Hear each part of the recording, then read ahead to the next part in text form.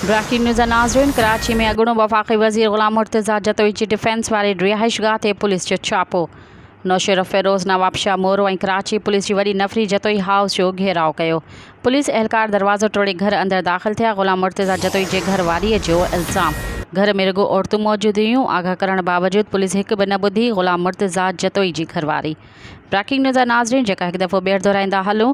कराची अॻूणो वफ़ाक़ी वज़ीर ग़ुलाम मुर्तज़ा जतोई जी डिफेंस वारी रिहाइशगाह ते पुलिस जो छापो। नौशर फ़िरोज़ नवाब शाह मोरो ऐं कराची पुलिस जी वॾी नफ़री जतोई हाउस जो घेराव कयो।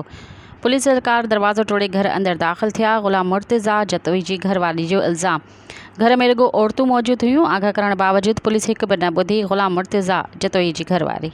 मज़ीद ख़बरनि ऐं तफ़सीलात लाइ विज़िट कयो असांजी वेबसाइट www.awamiNewsHD.com ऐं ॾिसंदा रहो अवामी न्यूज़ HD।